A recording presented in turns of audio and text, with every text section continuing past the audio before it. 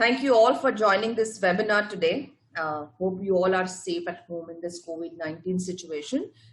Quick introduction about myself. I'm Sheetal Maikar. I take care of the pre-sales and marketing at NSEIT, and I will be your host for this webinar. Before we start our webinar, a quick tips before we start. We would want to keep this webinar as interactive as possible. So you will have a couple of polling sessions coming up. You can submit your answers. There is a chat session tab which is available with you. If you have any questions, you can post your questions and queries in the tab. And if there is a specific choice of speaker, you can mention the speaker name as also. So at the end of the session, we'll take up those questions.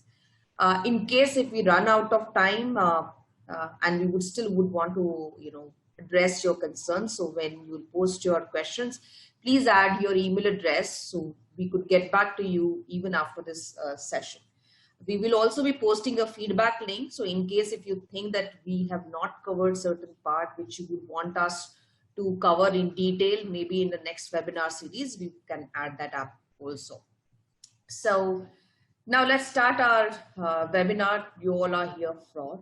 Let me just share my screen. So yes, the topic for today is a fraud detection with Neo4J graph technology. And I think it's an interesting topic because we've been seeing headlines every day on the fraud and how industry is actually focusing on this fraud detection and prevention, especially in the COVID-19. So quickly, the flow of discussion will be, I will be taking up a quick introduction about NSEIT, giving a little webinar context why we chose this topic to discuss today. And then I will hand it over to Brandon, who is one of the speakers, who will take us through about Neo4J as a tool and what are the international case studies they have done in the fraud detection part. And then handing over to the second speaker for the day, which is Vinay, who will actually showcase some of the demonstration of the fraud scenarios. And then we'll open the floor for questions and answers. Moving on. So yes, we have two speakers today. Let me quickly introduce you the speakers. We have Brandon Richards, who is a sales director from Neo4J. Brandon Richards has been the sales director for Asia Pac for Neo4J for the past 5 years. He is guiding the large enterprises on how to leverage graph technology in their organizations for enabling innovation and real-time insights. And during this time, he has helped many of the largest bank, insurance company, government, telecoms, and other large enterprises begin their graph journey. Prior to joining Neo4J, he has spent 6 years at Oracle managing strategic accounts. He has founded and managed a commercial real estate strategy and finance firm in Silicon Valley for several years. He has worked as a vice president at City Mortgage Group and various other sales and marketing roles at Northpoint Financial and RSC Security. He is currently based in Kuala Lumpur, Malaysia. The second speaker that we have is Vinay Wankhede. He is a software delivery lead at NSEIT. Vinay has spent almost 20 odd years in implementation of IT solutions and digital transformation initiative. He is currently responsible for providing strategic leadership in delivering financial and banking solution at NSEIT. Vinay is an expert in directing large-scale projects in rollout and implementation of enterprise applications, system integration, and product development. He has not only worked in Indian leading BFSI clients, but also Fortune 500 global clients in finance and investment banking, e-commerce, travel, leisure domains. Having a track record of successfully managing complex IT implementation, data management, business intelligence, AI, machine learning, big data, data warehousing, analytics, and open source technology, he brings in genuine enthusiasm for resolving business challenges with technical solutions. So those are the speakers that we have. So before I hand it over to Brandon, I wanted to quickly take you through NSEIT's overview. You all know that NSEIT is a 100% subsidiary of NSE.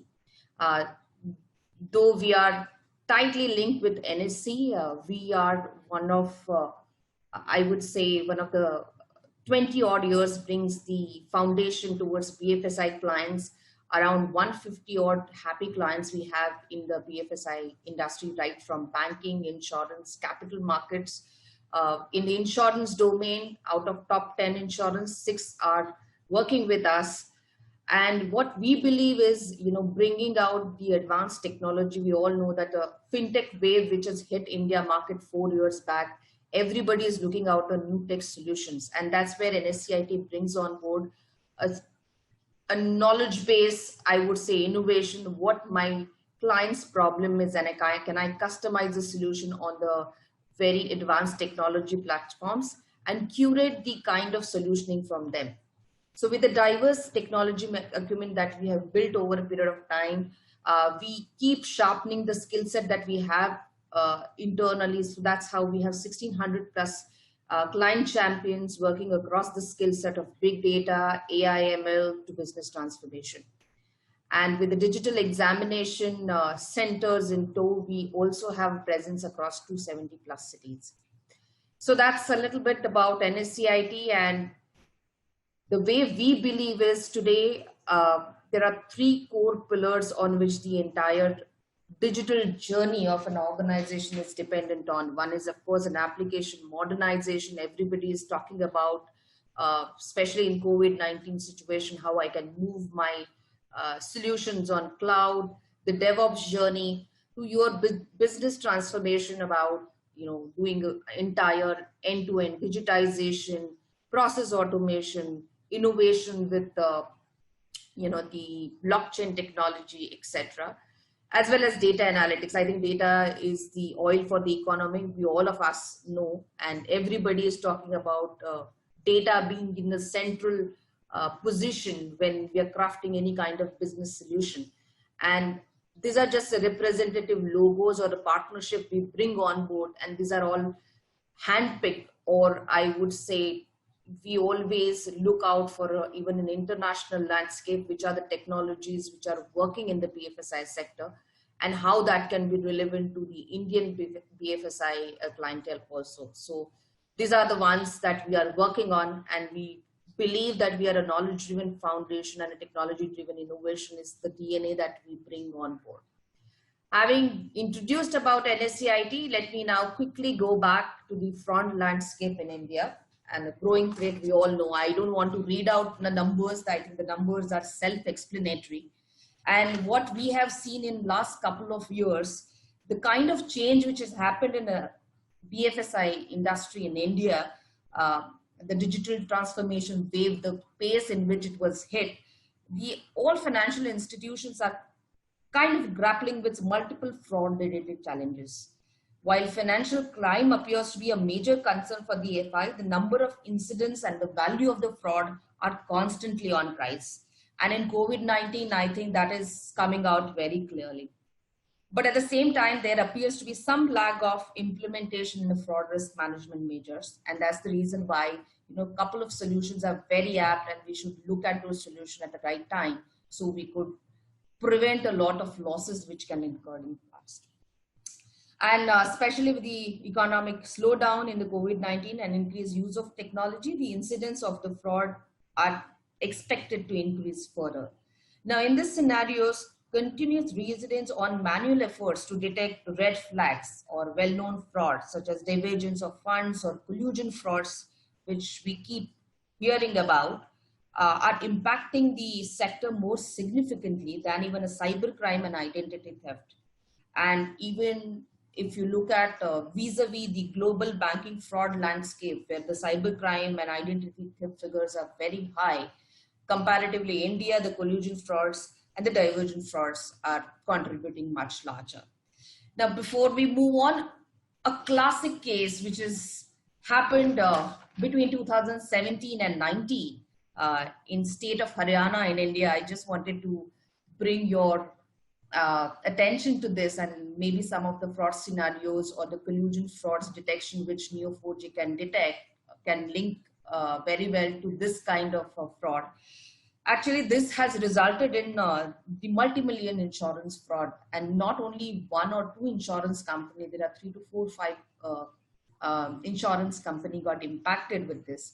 It was a complete pattern. So between 2017 and 2019, nearly 100 odd people in villages in Haryana officially died in road accident. And that pattern was not noticed unless an independent investigator highlighted some of the cases, and that's how the chain, or it was unraveled, the entire cartel, which was the cause of this fraud, wherein the gang, who is the mastermind, actually identified last stage cancer patients from the record keepers, then colluded with their family members. Family member opted for personal accident between 18 to 20 lakhs. And the actual death was treated as a personal accident, and then they recovered money through the claim. And if you see, the entire ecosystem was involved in it. And hopefully, if this pattern or this linkage could have been found at much early stage by the insurance company, the loss which caused them could have been prevented.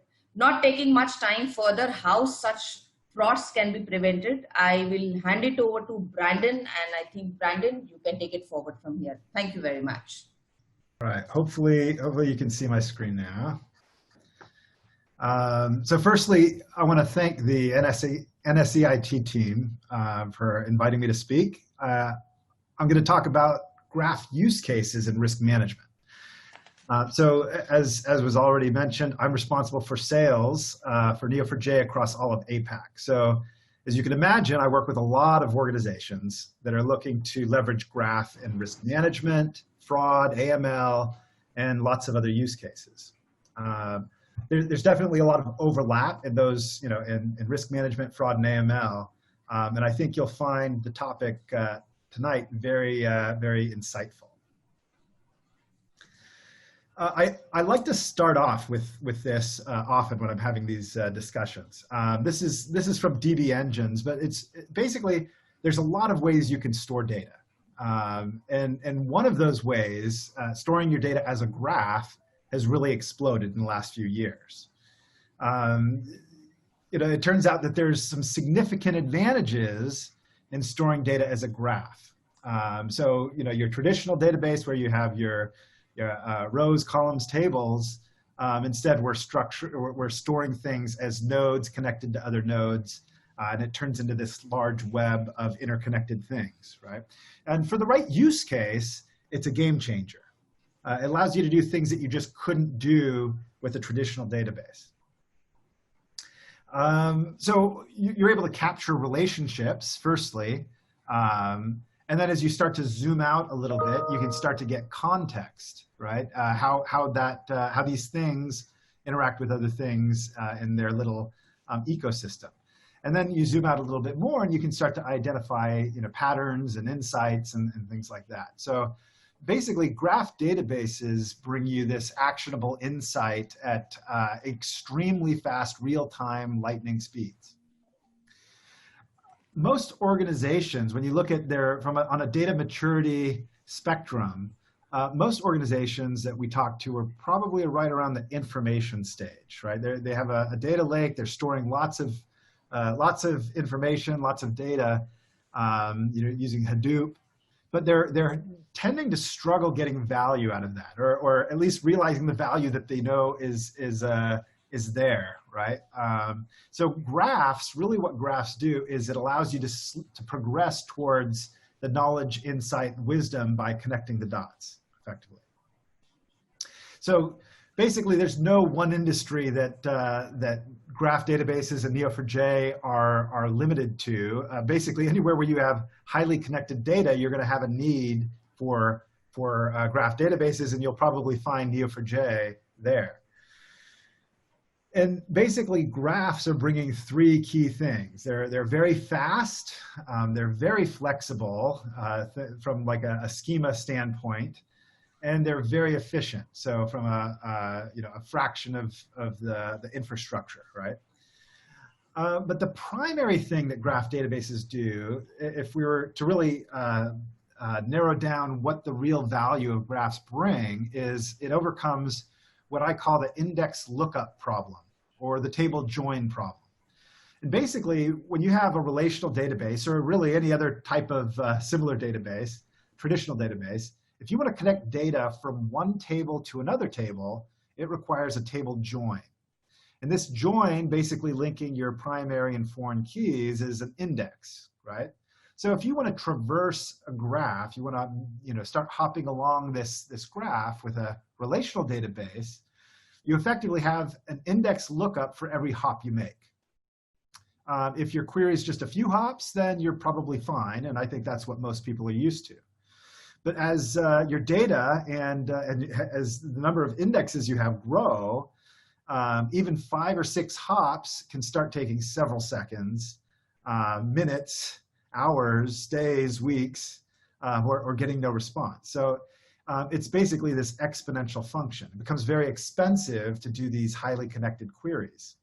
And you can certainly throw more hardware at it, but at some point, because it's exponential, you're only going to get a little bit of, maybe 1 or 2 hops for a lot more infrastructure.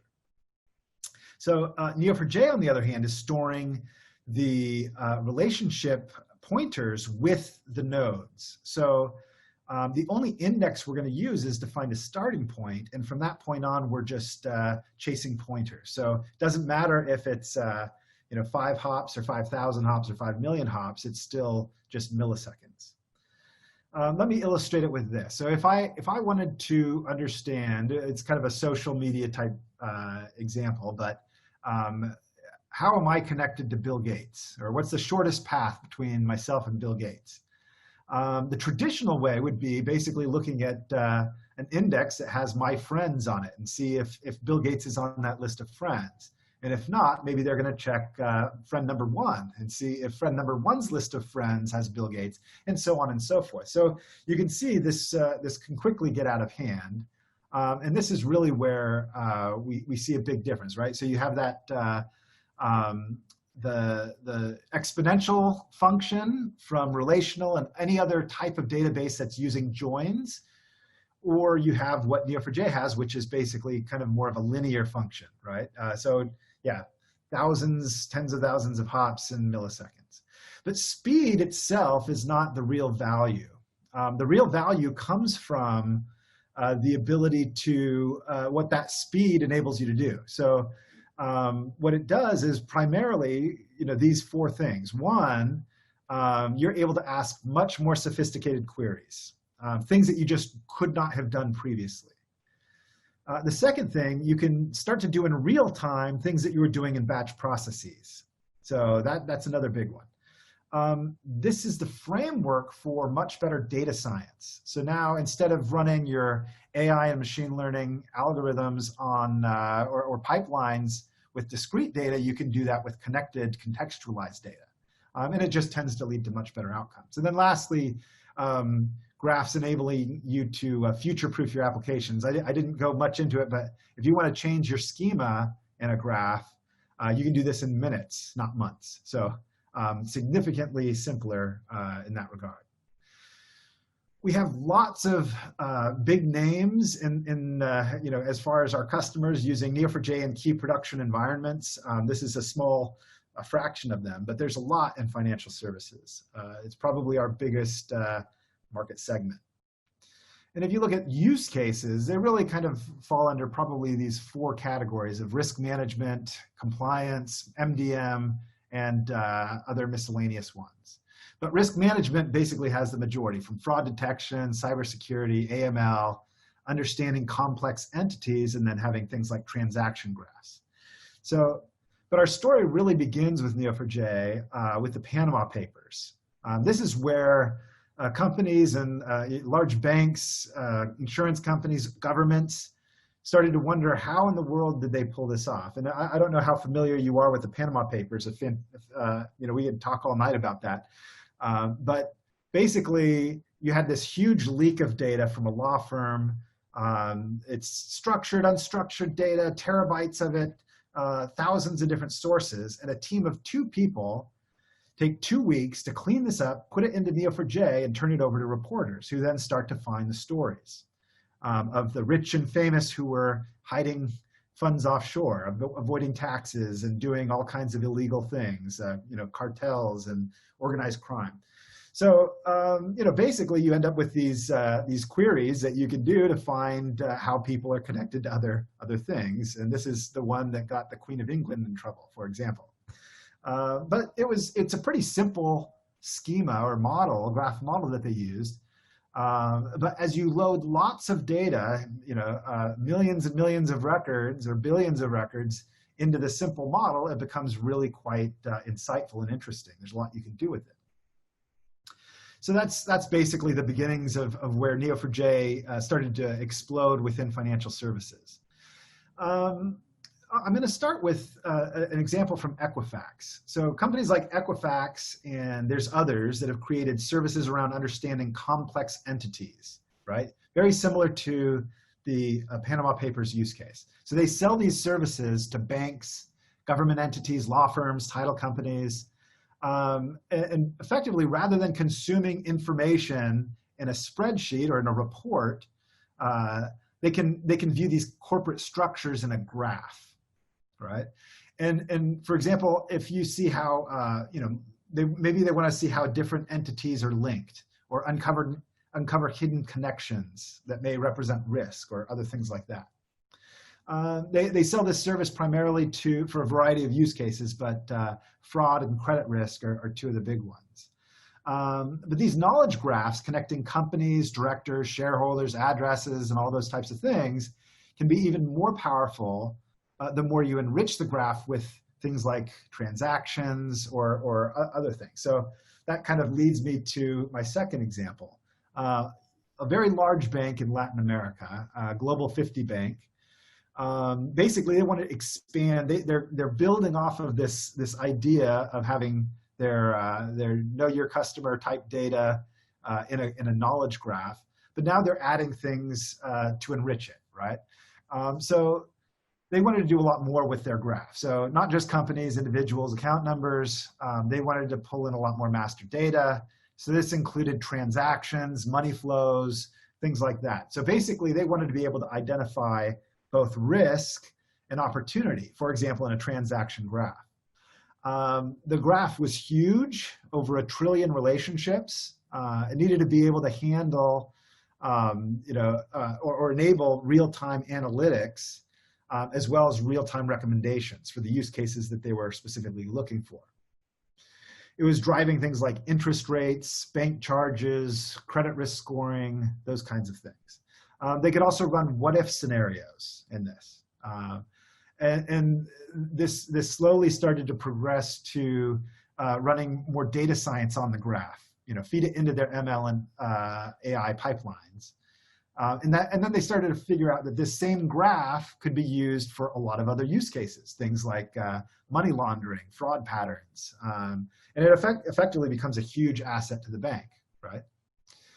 Another example is Bifur Bank in France, an online bank. They most of our financial services customers using Neo4j for fraud detection and AML prefer not to disclose this information publicly. So, but Bifur Bank is one that has allowed us to do that. So they were primarily having problems with identifying complex fraud schemes across their siloed data. Monitoring transactions, money flows, KYC data, tons of structured and unstructured data, and it was difficult to sort through, right? Connecting the dots across these silos was very difficult. So they'd been using a bank fraud solution that was built on traditional relational databases, right? And it was a long and tedious process to investigate possible fraud, and very often it was unsuccessful. So what would have been a real-time query in Neo4j could take hours or days to complete, if it would complete at all. So they end up turning to Neo4j. The results were basically night and day. It took a fraction of the time to identify fraud using pattern matching queries in real time. They also detected fraud that would have been impossible for their previous systems to detect due to the complexity of it. So basically, fraud detection in Neo4j works like this. If you know the specific pattern you're looking for, you write a cipher query, or you can use Python if you want. But if you don't know what you're looking for, you may want to use graph algorithms to gain the insight of what you do want to look for. And so they kind of are complementary. Basically, we end up with most fraud and AML deployments using a combination of these three things. So real-time pattern matching, ad hoc investigations, and analytics. The real-time pattern matching might string together a series of patterns that we want to check for with every transaction. These can be fairly simple patterns, just a few hops, but it could also be fairly complex patterns with dozens of hops or more. There can be millions of transactions a day, many thousands a second, and they all need to return in a few milliseconds, right? We don't want to disrupt these applications. So depending on their workflows, this may lead to a red flag or a yellow flag that requires further investigation. And this is where it gets passed to the ad hoc investigations.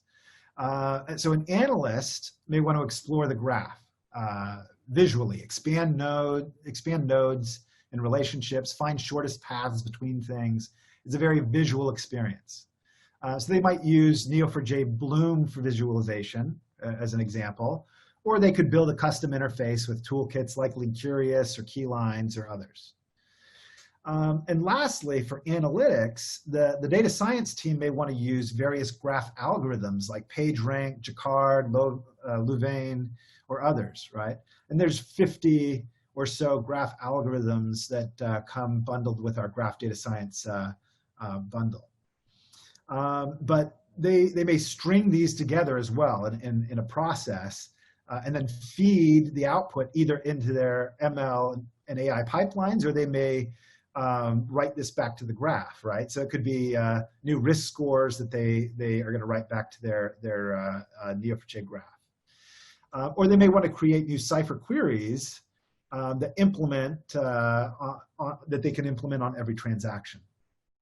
But most organizations are using one, two, or all three of these approaches, right? And in some cases, maybe they just want to do ad hoc investigations, and that's oftentimes where they'll start. But quickly wanting to move into that real-time pattern matching, and you know, if they have the data science teams and the resources, they almost certainly want to get into the analytics side. So the key takeaways here: risk, fraud, money laundering, these are all graph problems, right? Using machine learning and AI on discrete data will never yield the same results as it will on connected data. And this is one of the big trends that you see from Gartner from 2019, 2020. They see this as a key player in that field. Detect types of fraud that were previously undetected with significantly fewer false positives, right? And then graphs allow you to quickly adapt to new types of fraud or new techniques in detecting fraud as they emerge. So you're not locked into a very rigid application. And then lastly, only graphs can handle the complex pattern matching in real time at any kind of scale. So those are the key takeaways. I hope this has been insightful. I'd like to pass the time over to the NSEIT team. Hey, Brandon. So I think, Vinay, you can take the charge now. Thank you, Brandon. Thank you. Thanks, Sheetal. Thanks, Brandon. Share my screen. Good afternoon, everyone. And now we would like to continue this session delving little deeper into the fraud landscape and the Neo4j demo. And we would showcase you Neo4j in action on live data, and then we'll get into the question and answers at the end of the demo session. So this is where we are referring to a fraud matrix. You can see here that on the top left of the matrix, you have known knowns. And these are the fraud which are known to you or your organization, and for which probably you have created protocols, standard operating procedures, or rules, either post facto detect or preemptively to avoid these frauds happening in the future. To its right, we have the known unknowns, and these are the loopholes in the coexisting processes from where a fraud might have committed.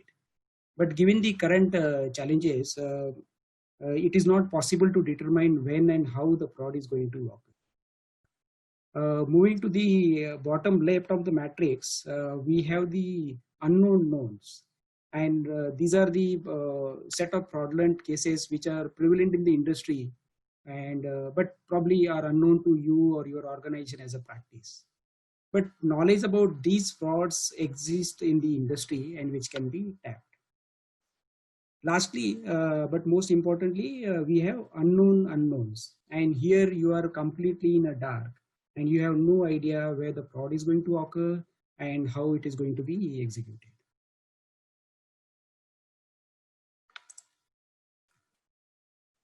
So our basic principle about Neo4J is query the known and visualize the unknown. And Neo4J has its own querying language, cipher query language.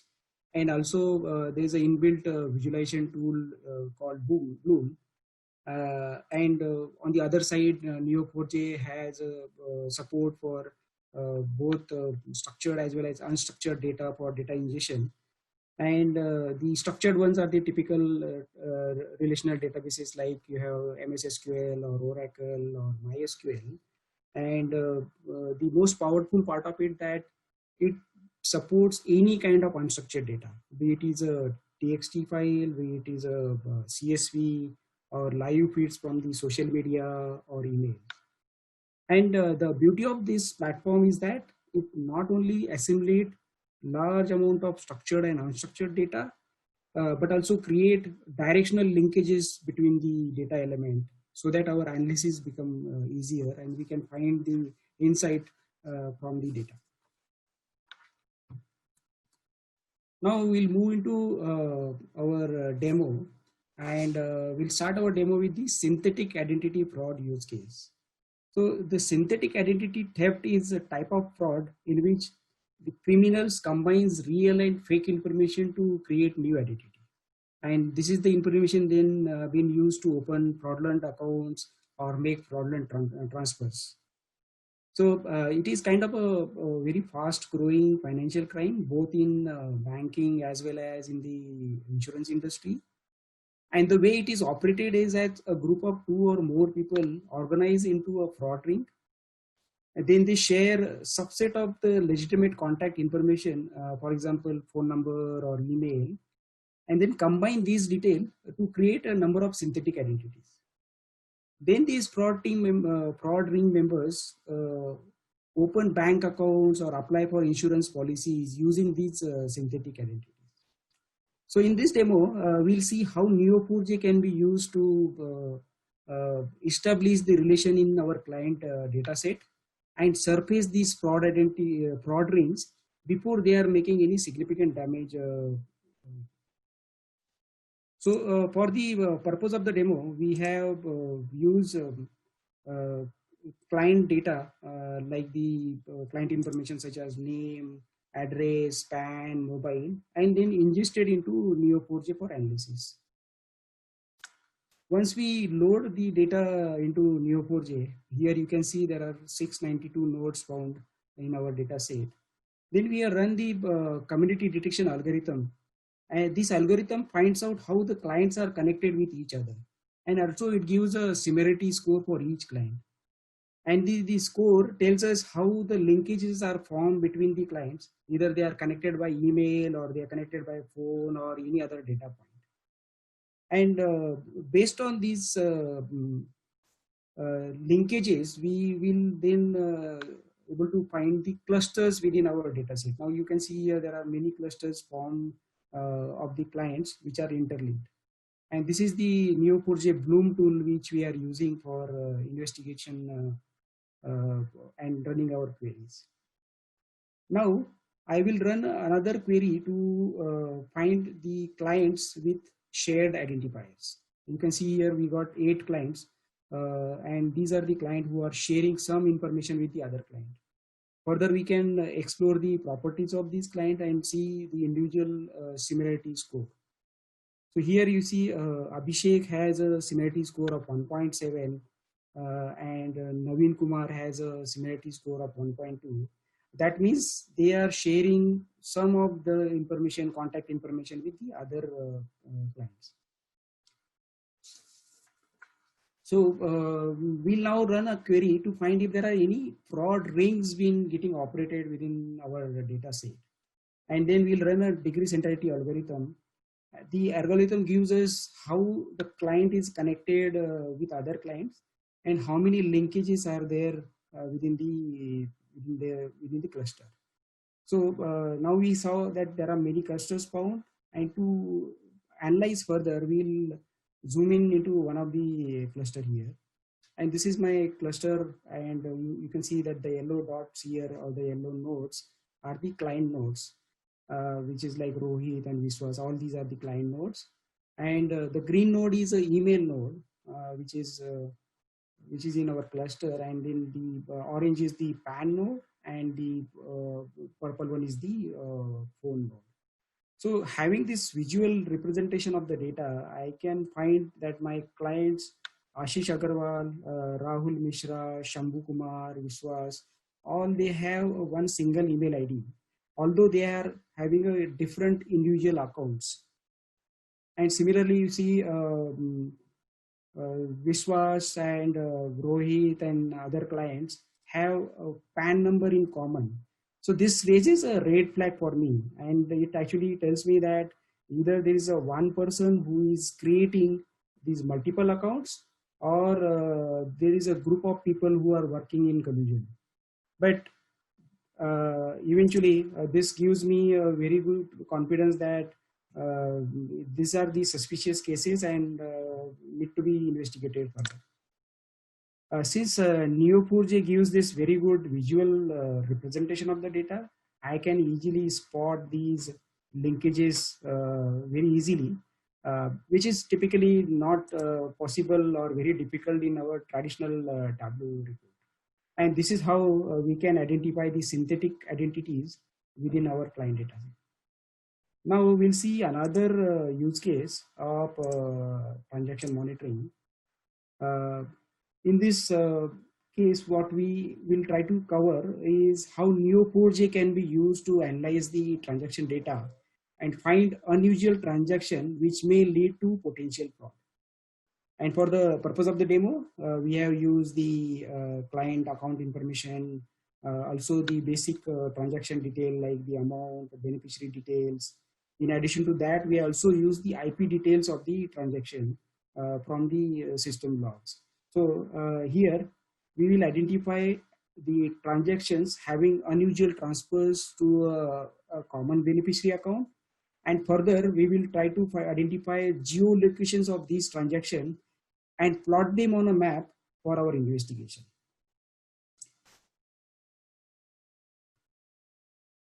So we discussed the Cypher query language earlier in the presentation. Now here we have created a query to identify transactions which are significantly higher than the monthly average of each client. And you can notice here that the writing query is very simple and straightforward. And also we can templatize this query with this parameter like amount or date range. And then business users can by themselves run these queries without actually looking into the Cypher queries. They can run it from the front end itself by passing the parameters. Here, now once we execute the query, we get the transaction as per the query we have sent. We have run a query to find transactions where the transactions are of the higher amount than the monthly average of the client. Now here we found that there are 4 clients who actually have done transaction more than the double of their monthly average, and all of these actually flowing into a single target beneficiary account.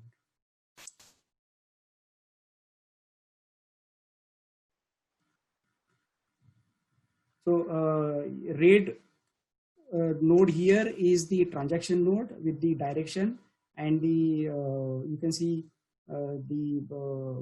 whether this is actually going to credited to the my account or going out of the account or coming to the account. So here you see Ayush has made transaction of 19K, which is flowing to Mahesh's account, and Snehal also done a transaction of 31K, which is coming to Mahesh's account, which is a common beneficiary account.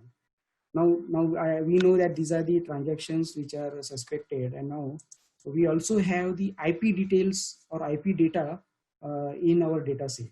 Now we'll use that IP data to make our investigation further.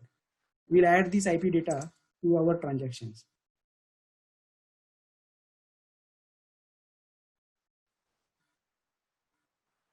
You can see here one of the transaction of Ayush is actually is from IP 40.192 and 142. Similarly, there are some other transactions also from the same IP range, that is 40.192. So to now further make our analysis further, we need to find geolocation for these IPs. And Neo4J supports to get the real-time information from external sources like APIs and services.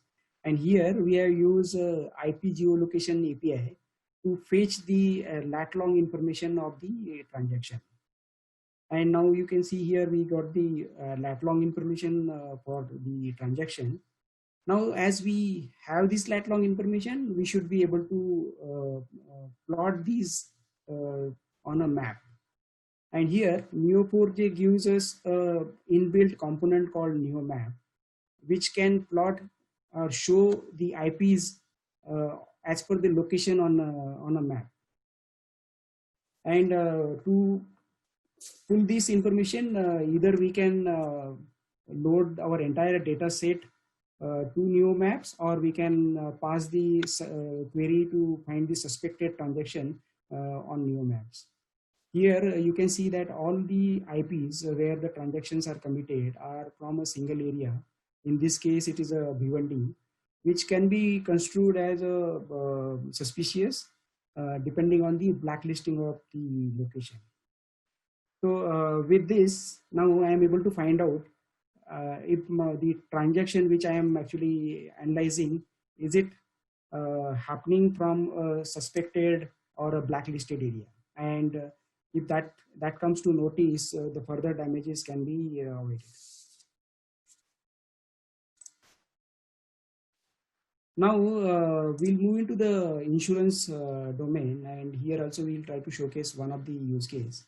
And in this case, we are using the basic claim data like patient's policy information, hospital data, TPA, doctor's data, along with the ICD data, the International Classification of Diseases, with the guideline of the historical length of stay for each procedure. So, and with this, we'll try to see if there are any linkages between the claims and the doctors and all other parties involved. So first, we will try to find out the claims where the length of stay is much higher than the historical length of stay as per the LCD code and the LCD guideline. So here you see the purple is the hospital node, the yellow ones are the patient nodes, the green ones are the hospital record, and the blue ones are the claims data. So here we see that Siddhi, who was admitted in a global hospital for a minor injury, where the length of stay was, as per the guideline, was expected 1 day, but the claim is made for 8 days. Similarly, Deep Chawla was admitted for viral illness in global hospital.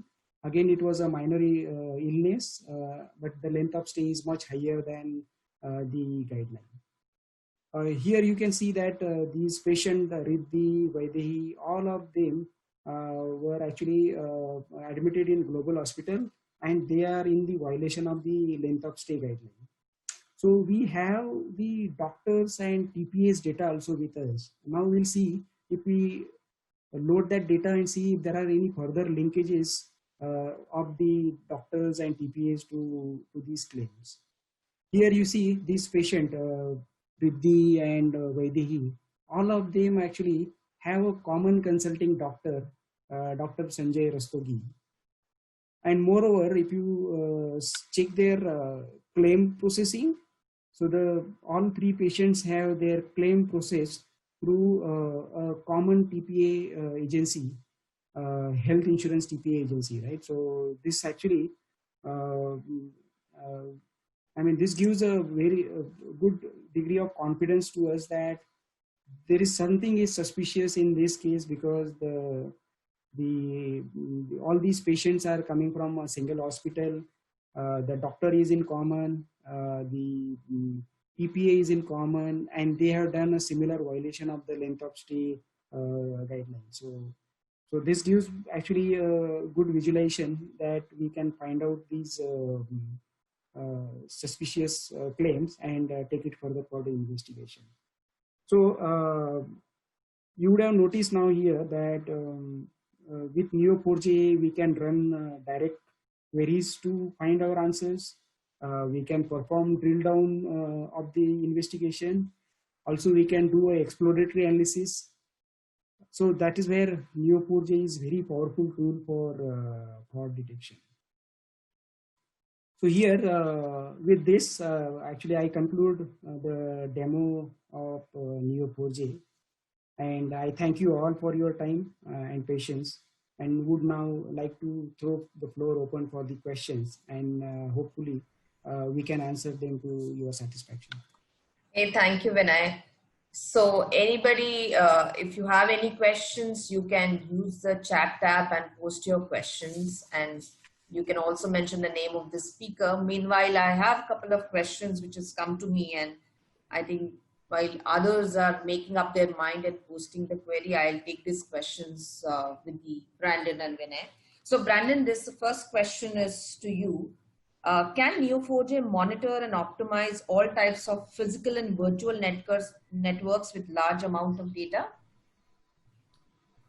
Yeah, absolutely. I mean, Neo4j has customers with many terabytes of data in the graph, right? I mean, usually you'll have some kind of a subset.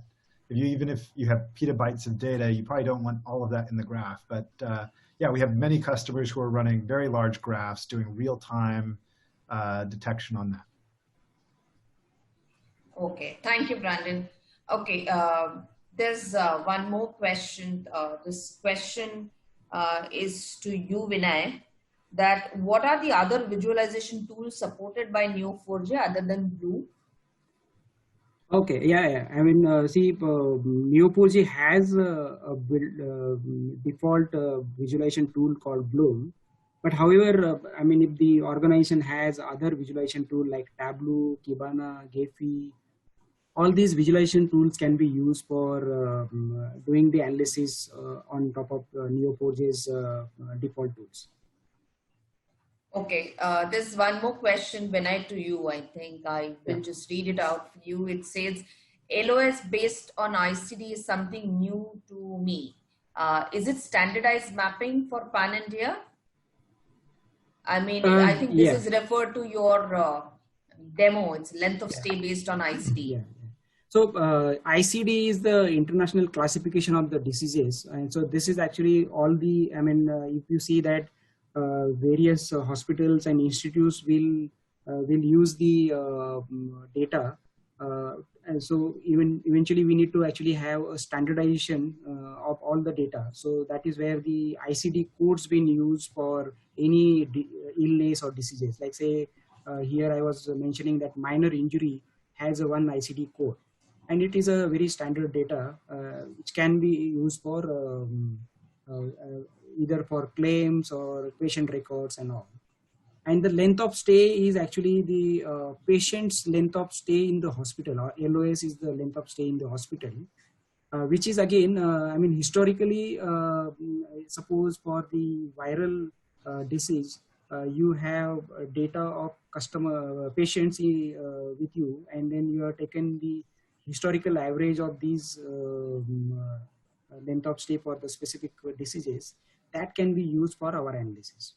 Okay, I think what the question meant is there any correlation between the ICD code, what is there, and the length of stay? Is there in a standard mapping which is done, which we have used. I think that's what Yeah, yeah. question refers So to. yes. So we have used the ICD codes and we have done the length of stay, historical length of stay mapping for that ICD code, so that we have that correlation for analysis.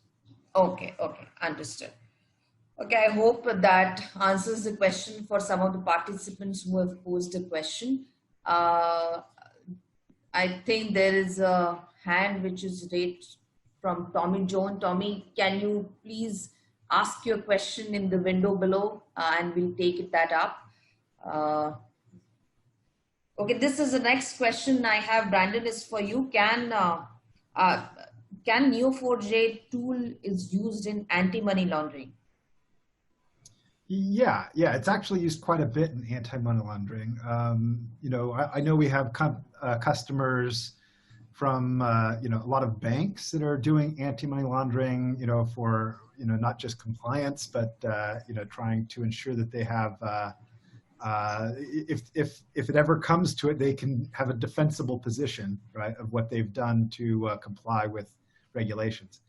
Others that would be things like there's a large gaming company that you know, where they have a lot of gambling that takes place, and they have to be able to, on their biggest gambling day of the year, they have big spikes, and so they have to be able to handle a very large amount of transactions. They've identified, I believe, around 8 to 10 different patterns that they're trying to match against. And they have to do those, yeah, in real-time speeds, and then it basically moves in a queue to allow them to do kind of ad hoc investigations and explore it. And they use Bloom to do that. But yeah, that's just one example. But yeah, we have a lot of companies that are doing AML with Neo4j and Bloom, and yeah. Okay, thank you very much. The host, if you can unmute Tommy. I think Tommy has some question. He has raised the hand. It's not posted anything. Meanwhile, I'll take up another question to you, Vinay. How fast is Neo4j solution faster than MySQL solution? Oh yeah, I mean, this is that is the biggest advantage of Neo4j. So typically the traditional databases would have a lot of complex joins, and Neo4j does not have joins. It actually stores the relationship information of the adjacent node without any joins. So when you require to find out the relational data, so it actually requires, I mean, it looks like a 10 to 100 times less code you have to write to reach to your answers. So in terms of the fastness, I will say if you are pulling the relational data, you can say it can be 100 times faster than the RDBML. Okay, thank you, Vinay. Tommy, we have unmuted you. Yeah, If you have, yeah. Yeah. I am Tommy John, Yeah, Tom. Chief Business Officer of Federal Bank. Yes. My question is now, I mean, whether Neo4j has a bigger platform or something wherein the same data can be utilized for business analytics, security analytics, simultaneously with the fraud analytics. Okay, so I just repeat your question. So you, yeah, something maybe on the ETL model, no? Okay, Brandon, would you like to answer this question? Yeah. So basically, we have a couple of different architectures depending on what someone's trying to do, but generally someone would use a cluster of machines, usually on the transactional type use cases. And we don't usually want to slow that down with analytics. So typically you'll have a separate instance just strictly dedicated for analytic use cases. And you're going to have the ability, basically you're going to create a linking or integrations where you're writing information from the one analytics instance back into the graph and vice versa. So you're going to be connected between the two, but they will be technically separate instances. Now, as far as the graph itself, you can run, once you have the graph, you can run any number of different types of analytics on it. There's no real limitation there for the different use cases. In fact, many banks in particular will have their Neo4j instance, either an analytics one or a kind of their cluster, and they'll point not just a few applications to it, but they'll have, in some cases, thousands of applications with different use cases are connecting to that same graph and leveraging it in a different way. Hope Thomas will be able to answer your query. No, I do not get. No, I mean, precisely, here, no, I mean, instead of having a standalone, I mean, a tool for the fraud analytics, fraud analytics, precisely mean the monitoring, I mean, with the behavior, with the structured and unstructured data through different tools, maybe AI, machine learning. I mean, maybe the inputs, maybe take it the, I mean, voice records, I mean, the call center details, maybe the IP logins, such are the inputs, Suppose if the same data can be used for the fraud analytics, the same data can be used for the business also, I mean, in fact, we are very curious, to have an idea on that. Sure. I think, Vinay, do you also would like to add something? Yes. So, Tommy, I mean, I understand that, I mean, the way the business application database is being used, you are saying that can Neo4j actually replace this and then do the fraud analytics as well as the business transaction? I mean, theoretically. Security analytics also, the CISO point of view. So to answer to your question, yes, I mean, Neo4j can be leveraged to the security analytics and other business application. But the strength of Neo4j is to store the information in a relational pattern, and so to get your answers of business. I mean, and it is actually a very scalable database in terms of the enterprise application requirement, and also in terms of the your storage. And so on that front, I don't think there is any drawback or challenge for Neo4j to take the same question what you are saying, that I have various data sources of my email, voice data, or my client data, or my other analytics data. Can I use that in Neo4j? Yes, and all of that can be pushed to Neo4j, and from there the analytics can be done. And it supports both structured as well as unstructured data. And there is a ETL, built-in ETL, which is actually supported, which can take data, as I was showing in the demo, that either you can take data from the structured and unstructured data. Also, you can source from APIs and external sources also. Yeah, that's fine. Yeah. So, sir, we can connect you later, and we can, Sure. Get more details, and we can also help you out how Neo4j can best address your query. Thank you very much, sir. I got one more suggestion. Yes, sir. I mean, with regard to the Neo4j product, my suggestion is that recently the Reserve Bank of India has come out with a Mailgun committee recommendation. It is recommended that each and every bank should decide to have one market intelligence unit in the risk department. And the second suggestion is that there should be a dedicated monitoring cell to take care of the large value accounts. Third is the, I mean, the product that you are telling, that means that is the data analytics for monitoring and transaction in the credit exposure. Suppose if your product can assimilate to the recommendation of RBI, I mean, that would be better for the bank, even for your business perspective as well. Sure. I think that's valid suggestions, sir. We'll definitely look into it and also connect you well to get a guidance how well we can take this product into the market. Thank you very much. Thank you. I think we don't have much time, but we'll take a couple of questions more. I think there is another hand which is raised by Sandeep Jen, I think if the host, if you can unmute him, I think we can take up his question as well. I think there are a couple of them already posted on the chat. Hello, Sandeep, sir. Yeah, hi. Hi. Yeah. All right. So my query was, does Neo4j also provide any analytics from, say, worldwide, or so can we access that data?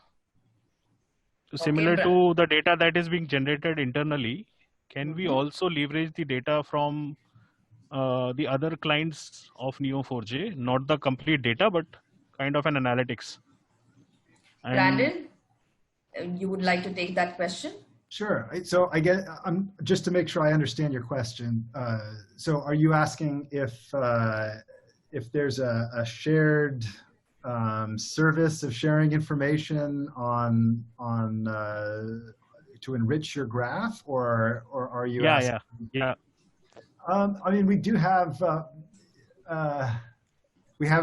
customers that use Neo4j to create graphs that, you know, that they could then provide that information to the banks, right? So they'll use Neo4j to create a knowledge graph and then try and sell that. But as far as I know, there's no effort amongst the banks themselves to do that, or amongst insurance companies or other financial services. Okay. Sandeep, this is more like a platform on which you can build the solution. Of course, there are options of integrating some of the third-party international resources which can be integrated with similar to an AML. Yeah, which can be integrated separately, but within this platform, the access to what you're looking out for is not really there. Any other questions you have, Sandeep? So just one more. Does this technology work on the data lake platform? Vinay, would you like to take that question? I mean, Neo4j is actually cluster-based. I mean, you can actually have multiple instances of Neo4j, and you can form a cluster. So, does that mean you can create a data lake of Neo4j? Yes, you can. I mean, if the question is that if you want to get information from data lake for analysis into Neo4j, yes, that is also supported on Neo4j. Okay, thank you. Thank you, Sandeep. I think I'll take one last question because we've already exceeded some time. But this last question, I think, is very important to take because it actually hits the nail. Brandon, this is for you. What's the cost versus time versus effort to shift an organization data structure from traditional DBMS to Neo4j graphical DBMS? Yeah, I mean, I think that it partly depends on what their requirements are, what they want to do. If you remember the three different areas that you can, three different ways you could use Neo4j, I think getting started could cost anywhere from, you know, at the low end, probably $36,000 US per year to start something, and that can go up to, you know, over, you know, $200,000 or $300,000 US per year for kind of these types of use cases. Yeah, let me think. Did I miss anything else in the question? No, I think, yeah, you pretty much answered it. Of course, it all depends because multiple times even we get this question, why graph database and what is a traditional DBMS? But of course, it all depends on the kind of use case or what is the objective that they're looking out for. So thank you very much. Can I add one more thing? So sure. As far as ease of getting started, very often Neo4j will be to some degree an overlap, right? You're not going to replace your existing systems. You're going to have a Neo4j instance that you're going to pull data into from your others. So it's not exactly like a rip and replace. It's more of you're going to get a Neo4j instance that's going to help you do things that you just couldn't do before, you know, add that additional functionality. So that's usually where banks or insurance companies will start, is more of add some new functionality. And then as they see the value of it, it tends to grow and expand and get, you know, into a full solution. But initially it might be just, hey, we want our analysts to be able to explore the graph, of fraud rings or flagged organizations. And that's a very easy and quick way to start. I mean, an implementation can take as little as a couple of weeks. It's really easy to work with. Okay, thank you, Brandon. I think that leaves us to the end of this webinar. I think thank you very much for taking your time out and attending this and giving and sharing your views. We look forward. I think we have missed a couple of questions here because lack of time, but we'll definitely revert back to you with the answers. Please feel free to share your feedback. So maybe the next session we could add some more valuable inputs which help you. Thank you very much. Thank you, Brandon. Thank you, Vinay, for your time and sharing such a wonderful presentation. Thank you, everyone. Have a nice evening ahead. Thank you. Thank Thanks, you. everyone.